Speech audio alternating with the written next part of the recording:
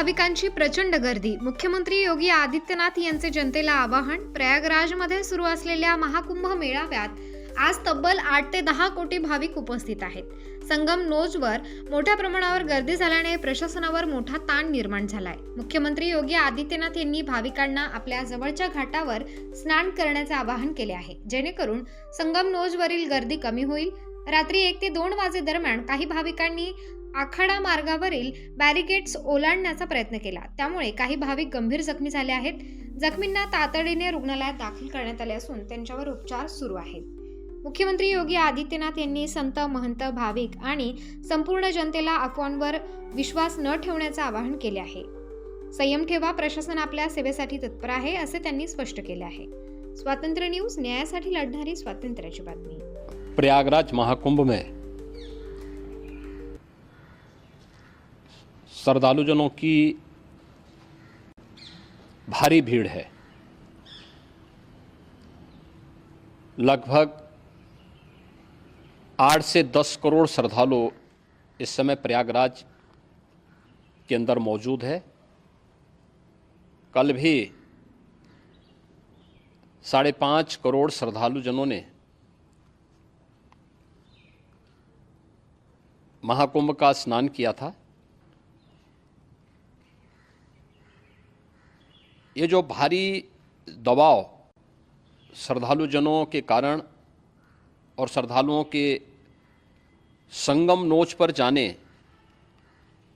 के कारण वहाँ पर एक बना हुआ है, लेकिन पूरा प्रशासन मौके पे वहाँ मौजूद है। रात्रि को 1 से 2 बजे के बीच में अखाड़ा मार्ग पर, जहाँ पे अखाड़ों के अमृत स्नान के दृश्य से बैरिकेड्स भी किए गए थे, तो बैरिकेड्स को फांद करके आने में कुछ श्रद्धालु गंभीर रूप से घायल हुए हैं। उन्हें तत्काल हॉस्पिटल में पहुंचा करके उपचार आदि की व्यवस्था उनके लिए की गई है। उनमें से कुछ श्रद्धालु गंभीर रूप से घायल हैं। लगातार प्रशासन स्थानीय स्तर पर श्रद्धालुओं की सकुशल स्नान कराने के दृष्टि से रात्रि को कल सायंकाल 6:30-7 बजे से ही मौन अमावस्या का मुहूर्त प्रारंभ होने के बाद से ही लगातार लगा हुआ है। प्रयागराज में महाकुंभ में श्रद्धालुजनों के सकुशल स्नान करने, अमृत स्नान के लिए देश भर से आए हुए श्रद्धालुजनों की व्यवस्था के लिए, उनके कुशल क्षेम के लिए आदरणीय प्रधानमंत्री जी का प्रातःकाल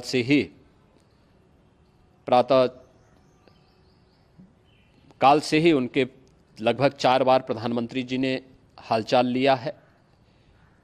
माननीय गृह मंत्री जी ने, माननीय राष्ट्रीय अध्यक्ष भारतीय जनता पार्टी श्री JP नड्डा जी ने, माननीय गृह मंत्री श्री अमित शाह जी ने भी, और प्रदेश की माननीय राज्यपाल श्रीमती आनंदीबेन पटेल जी ने भी लगातार जानकारी लेकर के सभी के कुशल क्षेम और सकुशल स्नान कराने के बारे में निरंतर रिपोर्ट ले रहे हैं। हम लोगों की प्रातःकाल से ही श्रद्धालुजन जो भी आए हैं वे स्नान कर सकें, इसके लिए यहाँ पे उच्च स्तरीय बैठक भी चल रही है, जिसमें मुख्य सचिव भी हैं, DGP हैं, प्रमुख सचिव गृह हैं, मुख्यमंत्री कार्यालय के अपर मुख्य सचिव के साथ साथ ADG लॉ एंड ऑर्डर के साथ साथ अन्य वरिष्ठ अधिकारीगण मौजूद हैं। प्रयागराज में हालात वर्तमान में नियंत्रण में हैं, लेकिन भीड़ का दबाव बहुत बना हुआ है। अखाड़ा परिषद से जुड़े हुए पदाधिकारियों के साथ मैंने स्वयं भी बातचीत की है। आचार्य महामंडलेश्वरों से भी, पूज्य संतों के साथ भी मेरी बातचीत हुई है, और पूज्य संतों ने बड़ी ही विनम्रता के साथ इस बात को कहा है कि नहीं, श्रद्धालुजन पहले स्नान करेंगे और फिर जब उनका दबाव कुछ कम होगा और वे सकुशल वहाँ से निकल जाएंगे, तब हम लोग स्नान करने के लिए संगम की तरफ जाएंगे। अभी पहले श्रद्धालुजनों को, चूँकि देश भर से आए हैं, तो इसके लिए उन्हें सभी अखाड़े इसके लिए सहमत हैं और सभी लोग इस व्यवस्था के साथ जुड़े हुए हैं। लगातार इस दिशा में हम लोगों का प्रयास है कि जो अब तक प्रातः काल से ही आपने देखा होगा, कल मैंने बताया कि कल लगभग 5.5 करोड़ श्रद्धालु कल महाकुंभ का स्नान किए हैं और आज प्रातः काल तक लगभग 8:30 बजे तक 3 करोड़ से अधिक श्रद्धालु स्नान कर चुके हैं और ये लगातार जारी है। लेकिन संगम नोच पर, अखाड़ा मार्ग पर, नागवासुकी मार्ग पर लगातार दबाव बना हुआ है और वहाँ पर श्रद्धालुजनों की सुविधा के लिए भी हर प्रकार की वहाँ पर प्रशासन पूरी मुस्तैदी के साथ लगा हुआ है।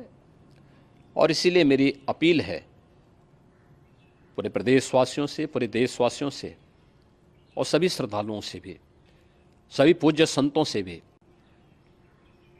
कि अफवाह पर कोई ध्यान न दें, संयम से काम लें।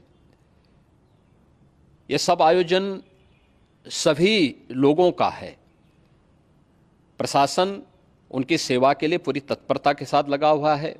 केंद्र और राज्य सरकार पूरी मजबूती के साथ वहाँ पर हर प्रकार का सहयोग करने के लिए तत्पर है। लेकिन कोई किसी अफवाह पे ध्यान न दें।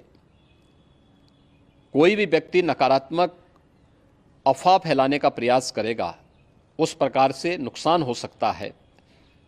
और जहाँ पर हैं आप, लगभग 15 से 20 किलोमीटर के दायरे में अस्थायी घाट बनाए गए हैं, उसमें कहीं भी वे स्नान कर सकते हैं। आवश्यक नहीं कि संगम नोच की तरफ ही आएं, क्योंकि भीड़ देखते हुए खासतौर पर जो बुजुर्ग हैं, बच्चे हैं, श्वास के रोगी हैं, उनको लंबी दूरी तय नहीं करनी चाहिए और जहाँ पर हैं वहीं पर आराम से पहले स्थिर होकर के कार्य करें, वहाँ पर रह करके। और जो नज़दीक के घाट हैं, उसी नज़दीक के घाट में स्नान करेंगे। सब गंगा जी के ही घाट हैं और गंगा जी के इस घाट में वही पुण्य प्राप्त होगा। ये मौनी अमावस्या है। मौनी अमावस्या में स्नान का महत्व है। संगम में स्नान का दबाव बहुत ज़्यादा है, इसलिए सभी लोग अगर वहाँ पे इसमें अपना सहयोग करेंगे तो सकुशल हम सभी श्रद्धालुजनों को वहाँ पर स्नान करने में सफल होंगे। और फिर इसके उपरांत अमृत स्नान के लिए पूज्य संतों से भी, अखाड़ों से भी हम लोग अनुरोध करेंगे। जो घायल हैं, गंभीर रूप से घायल हैं, उनके उपचार की तत्परता के साथ व्यवस्था भी की गई है। उन सबके सकुशल स्वस्थ होने की भी हम कामना करते हैं। लेकिन मेरी अपील होगी कि कोई भी नकारात्मकता न फैलाने दें और न किसी अफवाह पर विश्वास करें। स्थिति नियंत्रण में है। हाँ, दबाव जरूर है, क्योंकि मैंने आपको बताया कि प्रातःकाल से सुबह 8:30 बजे तक 3 करोड़ से अधिक श्रद्धालु स्नान कर चुके हैं। और पूरे मेला क्षेत्र में अगर हम देखेंगे, प्रयागराज में हम देखेंगे तो लगभग 9 से 10 करोड़ श्रद्धालु इस समय वहाँ पर मौजूद है, जिसमें से 3 करोड़ यह वापस जा रहा है। इसके लिए रेलवे ने भी मेला स्पेशल लगाई हुई है। प्रातःकाल से लगभग 40 मेला स्पेशल प्रयागराज स्टेशन से और जोशी स्टेशन से, अन्य स्टेशन से श्रद्धालुओं को लेकर के सकुशल स्नान कराने के बाद उनको लेकर के गंतव्य की ओर आगे बढ़ी है। और लगातार ये प्रक्रिया वहाँ पर आगे बढ़ाई जा रही है। होर्डिंग एरिया भी बनाए गए हैं। प्रशासन जो वहाँ पर डायरेक्शन दें, मुझे लगता है सब लोग उसका पालन करेंगे तो सकुशल, क्योंकि पूरा दिन भर देर रात्रि तक अमृत स्नान का मुहूर्त है। मौनी अमावस्या का जो मुहूर्त है पूरे रात्रि भर है। इसलिए ये नहीं हो केवल इस पे कि हम अभी स्नान करेंगे, आवश्यक नहीं, कभी भी आप स्नान कर सकते हैं। तो उस पर ज़रूर सभी से मेरी विनम्र अपील होगी कि वे लोग उस पर सहयोग करेंगे तो सकुशल सभी को स्नान कराने में और सकुशल इस महापर्व को आयोजित करने में प्रशासन को और शासन को मदद मिलेगी।